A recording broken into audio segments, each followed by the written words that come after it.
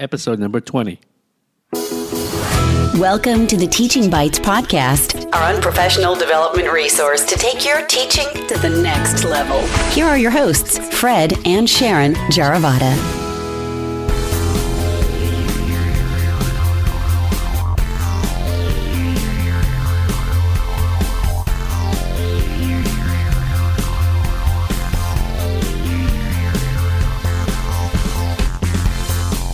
Welcome to our show where we share bite-sized tips, tricks, and resources to take your teaching to the next level. Her name is Sharon. And his name is Fred. I almost called you Fred. I know. So full of yourself. Gosh. I'm married to Nothing Fred. new. I'm married to myself. That's so cool. Yeah. Mm-hmm. And I argue against myself too once in a while. It's crazy.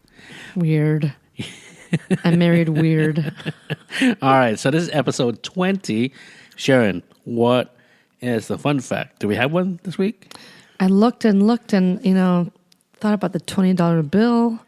And one of the facts about a $20 bill is that there on the back of the bill, there are 90 faint number 20s scattered on the back to prevent photocopying. 19 or 9D? 90. With the 90? Yes. That's crazy. Yes. So if you have nothing to do, count them. Go count them and confirm. Have your students count them. Yeah.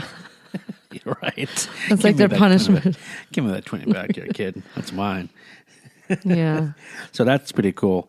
Especially now there's a lot of, this time we're talking about, the news is about how the Treasury is changing one of the denominations, the person in the $10 bill. The $10 bill, right? Right. It's not the $20 bill. We're trying to vote I know for a woman. There was a petition for the $20 bill to be changed from Andrew Jackson to Harriet Tubman, right?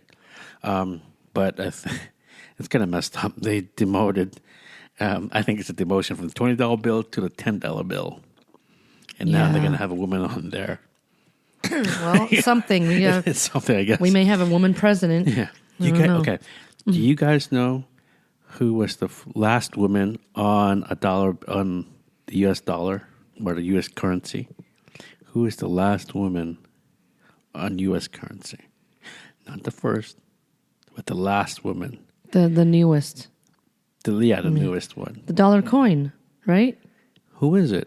Isn't it? You figure it out. All right. Okay. Email us at fred@teachingbites.com.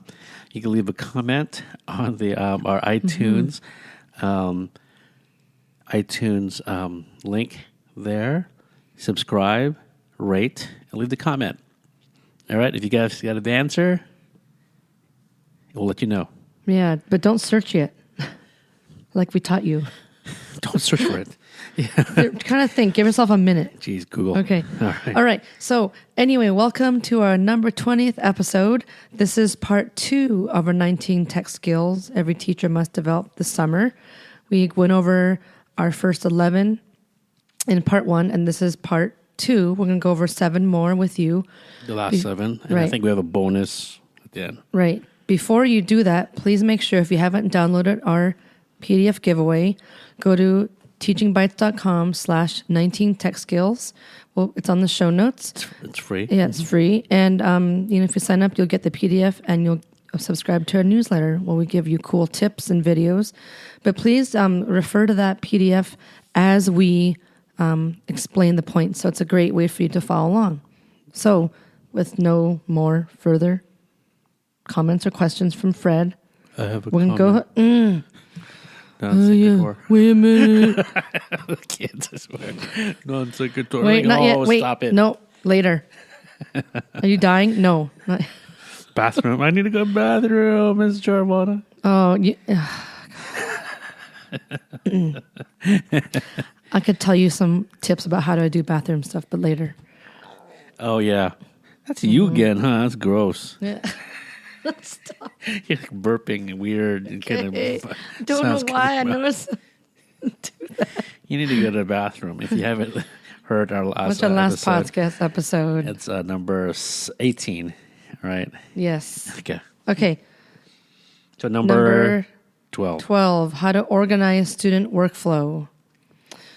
So we talked about LMSs or learning management systems. Gosh, a tongue twister. So besides how to use it, but organizing it, using folders with each student's name on it. And, in order to teach your students how to do that, you need to know how to do it yourself. How you're going to label things by period. If you're middle school and above teacher, label by last name, comma, first name. You guys actually have to do it by graduating class. Yeah, right? by graduating high school class, because we do have a high school also. But one of my recommendations for any school is to have some kind of an agreed upon naming convention of files. Like, I don't know. It can be first name, last name, class, and section, maybe. Something like that. In English, maybe. I don't know. Like, would be Fred.Jaravada, English, ENG, B, or whatever, right? Or B, or period 7. So that's your, that's the That's folder. what I suggest. That's what I suggest. Or something like that. Mm-hmm. I know you said Google Classroom may already do that automatically. In, within the student's account. Okay. And then I can see that it's theirs. Right. So if I name it like family interview, then their name will be at the front. Okay, that makes sense. That's all it is. It's but it's better than nothing for now. Yeah, just, organize it, talk to colleagues, at least with your grade level colleagues, and even your administration, try to figure out what is the best way how to be consistent so that when you share folders with colleagues, you have the same, you can search for it easier, and you can, look for it. Right. Make sense? Mm-hmm. All right. Number 13, how to connect and collaborate with education experts online, like blogs, Facebook, Twitter, certain forums, using FaceTime or Skype or Google Hangouts. Just hang out with us. Only. No. Fred and Sharon, among other people. of teachingbytes.com. Hang out with us. We're the coolest ones, right?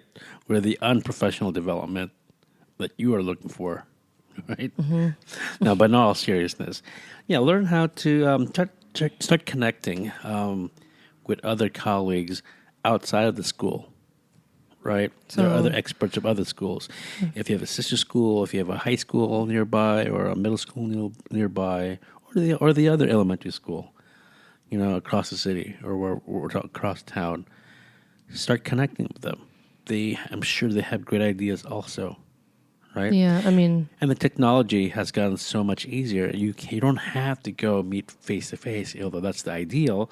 You can do a FaceTime meetup. You can do a Google Hangout meetup, right? Yeah, and I actually talked about that in my last podcast about what I do to connect teachers. And there's one great example, this number 13.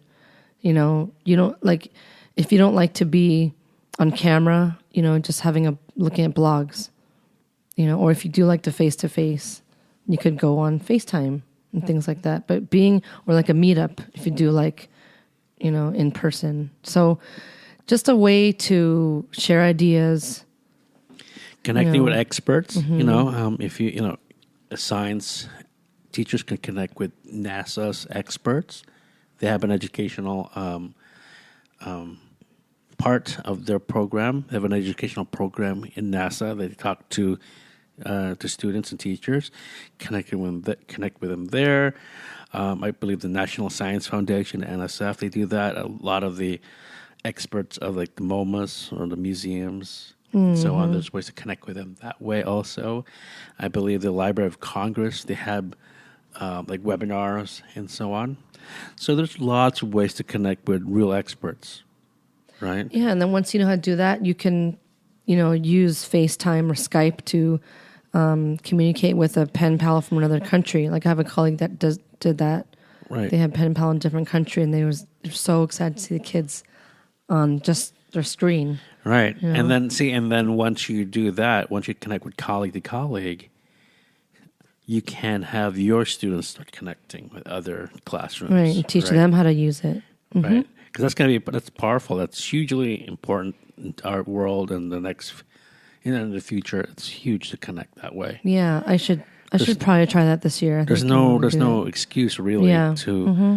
I can't do it. I'm just going to write a letter. Or there are experts out there who are willing to help out, to clarify, even connecting with authors. Mm-hmm. Right? Yeah. We were lucky. We have authors visiting our school, and we also have webinars with authors.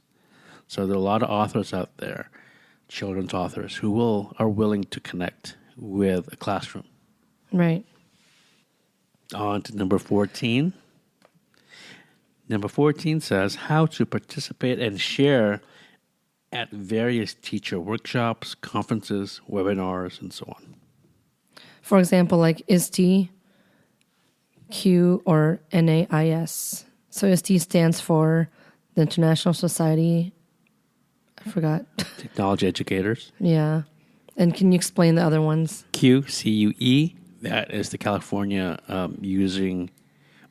California Using Educators. It's an old term, an old group. And the NAIS, the National Association of Independent Schools. Now, obviously, that's independent schools, but there are other public school conferences out there, right? Mm-hmm. So, excuse me. So, ISTE is a huge one. It's open to all schools, all teachers to attend. It's all about technology. I've participated in their program for years. The past couple of years, I have not gone there. Just timing. It happens in several cities around the United States. Like I believe right now, 2015, it's in Philadelphia. Next year will be in Denver. The year after that, in 2018, will be in San Diego. Mm-hmm. And then it rotates again. Yeah, we've been to a couple of those. Mm-hmm. That's a great one to go to because you'll find experts. They're all talking to each other and presenting and sharing their ideas. And it's huge. There's about 30,000 teachers there. It's huge. You're going to be overwhelmed, but there's a lot of great stuff there. You know what I loved about it is the kids. They come and demonstrate. Poster board sessions. They present what they did. So it's awesome. That's what I remember the most. Mm-hmm. Mm-hmm. So try to find a way to participate or to attend at those kinds of national conferences, local and national conferences, but also take the next step and try to present yourself, present a lesson, present a project or a unit that you are proud of, and share it with other people. And you've done a couple of those this year. Very lucky. With EdRev and Atlas. EdRev, yes, in San Francisco, and Atlas. I did that also in the Bay Area, and we're hoping to do the NAIS, the national, here in San Francisco. It's going to be happening in San Francisco. So I've been putting myself out there also. So yeah. Pretty cool. Yeah. All right. So number 15. On to number 15. How to connect and share with parents and colleagues via things like email, blogging, YouTube, newsletters, etc. Now you'll find this is similar to number 17. But this is all about connecting with parents and colleagues. It's all about just connecting. How do you do that? You connect with them through email, blogs, YouTube, newsletters, and so on, even podcasts, right? Mm-hmm. Mm-hmm. Share ideas, talk about what's going on in the classroom, anything. I mean, I think it's pretty self-explanatory in that one. Mm-hmm. Okay, number 16, how to use current and relevant multimedia to hook students. And we talked about that when we talked about how to edit pictures. That's number 7, right? Right. But this one, some resources are YouTube, News, ELA, Flowcabulary, Time for Kids. That's Newsela. Newsela? Oh. Oops. Because, I teach ELA. Language Arts, so I think ELA. I think so. It comes from that, but we pronounce it Newsela. Wow, that sounds That sounds cooler than News ELA. Time for Kids, Brain Pop, 101 questions. Vocabulary, right? Yeah, I said that. And TED Talks. Mm-hmm. So why don't you go ahead and explain? So what's the point of sharing these resources with students? Mm-hmm. Well, a lot of those are current events happening, right? A lot of pop culture or a lot of real-time research happening that all these professional people are sharing, right? We saw a TED Talk the other day about self-driving cars by Google, and how that would affect the economy, how it would affect, in the main part of how it will lower the death rate that happens in the United States every year. 30,000 deaths happen just by car accidents. By human error. And all that's like 90% is by human error. And how they're doing their best and they're doing an amazing job in lowering that. And that's going to come out sooner than we think. I hope so. So our kids don't need to get driver's licenses. They don't need to worry about teaching them how to drive. There'll be one big stop button, in the middle of the car, so you can just press stop. But stuff like that will engage the kids and to think what's happening right now and it's going to happen in their future. And especially because I teach a lot of second language learners, and that's how you connect them with that prior knowledge, the pictures, the videos, to get them primed for the lesson, give them some front loading and vocabulary. And they're fun. Yeah, one thing I like about YouTube and TED Talks, there's also, on a side note, there's subtitles. I love teaching with subtitles on. Brain Pop too, subtitles. I love that subtitles. Mm-hmm. You can subtitles in English, and you could also choose a different language, which is pretty cool. Mm-hmm. But yeah, just going back, choosing relevant stuff, relevant things happening in the world, like the $20 bill or $10 bill happening. Talk about it. Right. Mm-hmm. Especially when you're talking about Harriet Tubman. She's a candidate, I know. So for a $10 bill, I think she's a candidate, and we'll see. Or any other historical person that's being talked about today. Right. Mm-hmm. So teachable moments too. Okay, so number 17, how to properly communicate with parents digitally through email, blogs, or newsletters. So we have a giveaway, if you haven't already downloaded, called How to Revitalize Your Teacher Blog. And that's a giveaway for free. You could download teachingbytes.com/revitalize blog. We'll put in the show notes. So, make sure how do you write a blog post? Make it short. Use bullet points, bold things, because parents are really busy. They don't have time to read everything. One example is we get newsletters also, and that we subscribe to, or blogs that we subscribe to, and some of them are huge. They're so long, and they're all 6 sentences in one paragraph, and there's 8 paragraphs. There's no bold. I can't try reading it on a phone. It's crazy. I won't read it. I'm not going to read it. Yeah. It's too not hard to read. It's not scannable. And that's what we highly suggest, is to make your blog post or your newsletters scannable. Make them bite-sized. Think sound bites, especially when parents, they're consuming all this information, these newsletters, on their phones. Research is showing that all these things it's growing. People have access to their phones, and they're checking their phones. Even they're watching TV. They're checking their phones, they're checking their email, and make sure it's readable, scannable, readable for the parents, so that you get the point across. And succinct, quickly. Yeah. Mm-hmm. Succinct. Yeah, and also there's a blog post that I've written on our website called 5 Ways to Engage Parents Using Google Drive. You can also reference that to give you tips about, using forms to communicate with parents. I forgot there's more. 5, yep. It's only 5. I can't remember all 5, but it's in the show notes. Okay? All right.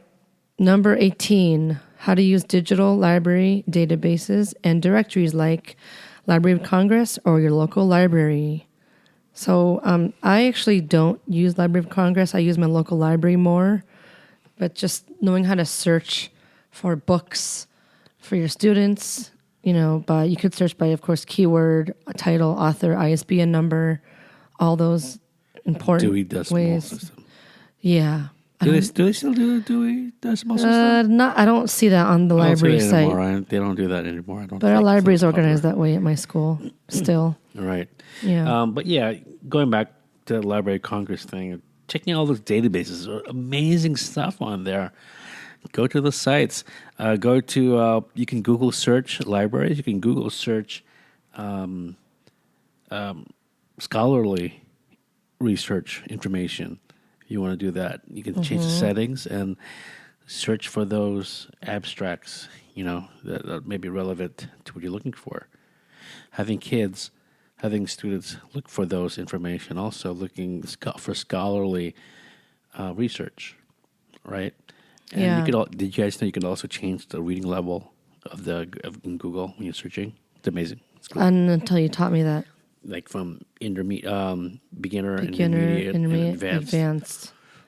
Yeah. Word dense, or text dense, or dense text, right? With And- longer words, and that's for advanced, and then you can shorten it.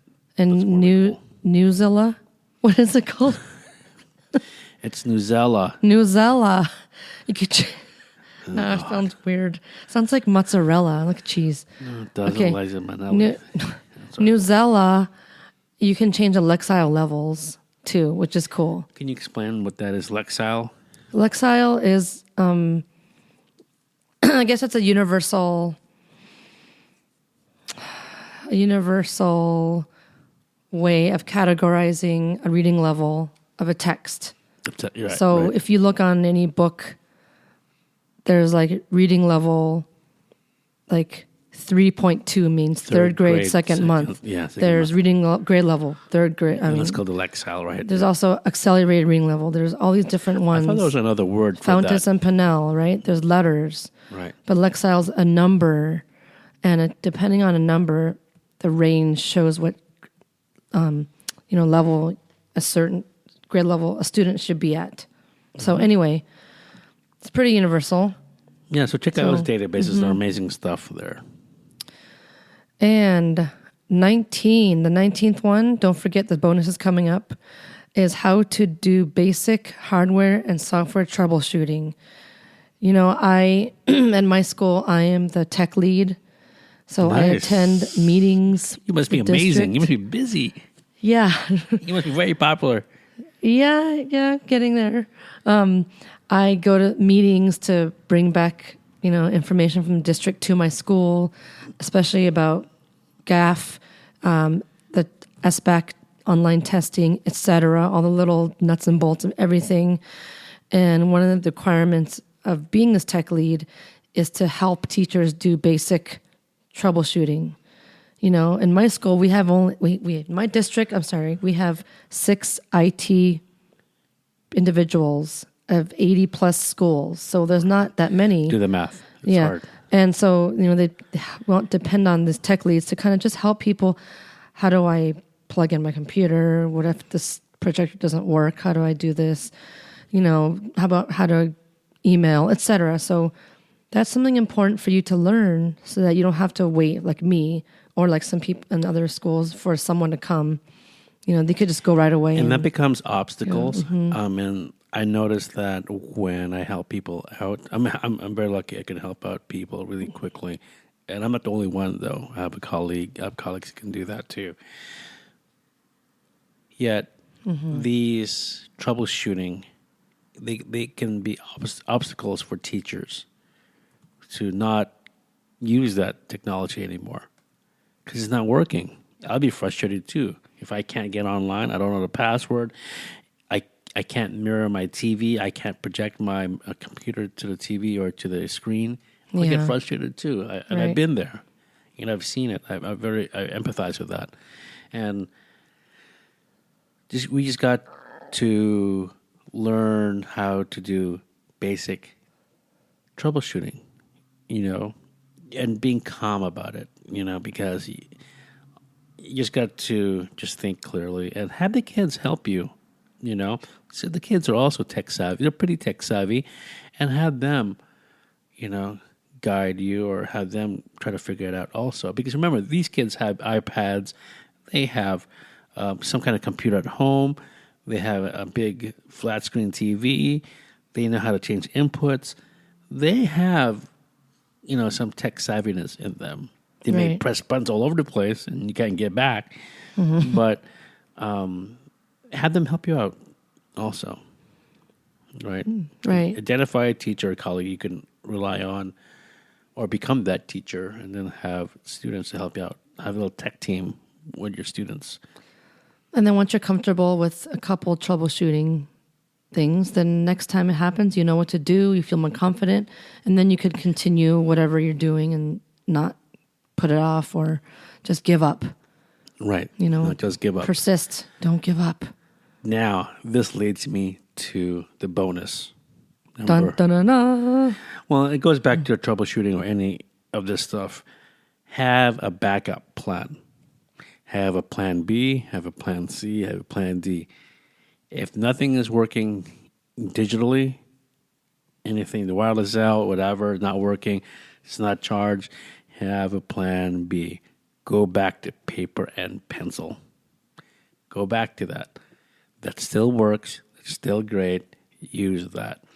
You have a whiteboard, chalkboard, whatever, use that. Use that as a plan B. Well, if your Wi-Fi doesn't work, like sometimes at my school, I just get my Ethernet cable and just plug it in. Right. But, go beyond, always have a backup plan. So, so mine would be what I just shared is probably the last backup plan.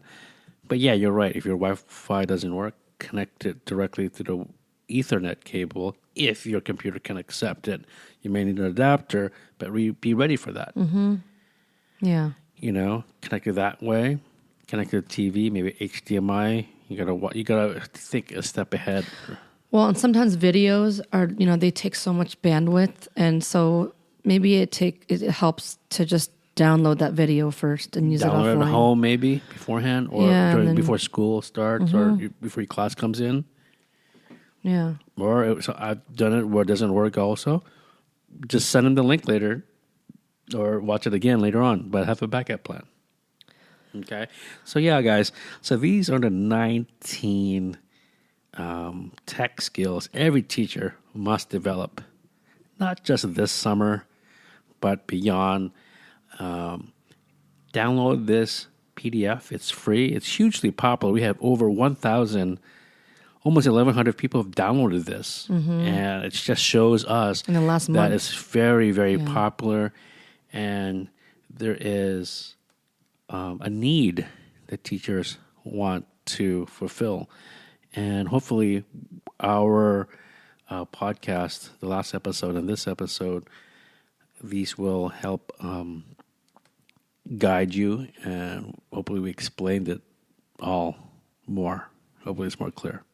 Yeah. Right. Okay. So, guys, please go ahead. Email us if you have any questions, okay, at fred@teachingbytes.com or at sharon@teachingbytes.com.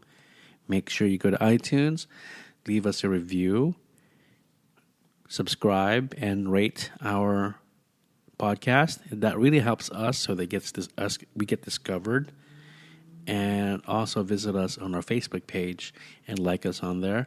And check out our Pinterest page too. Facebook.com/teachingbytes. And then on Pinterest.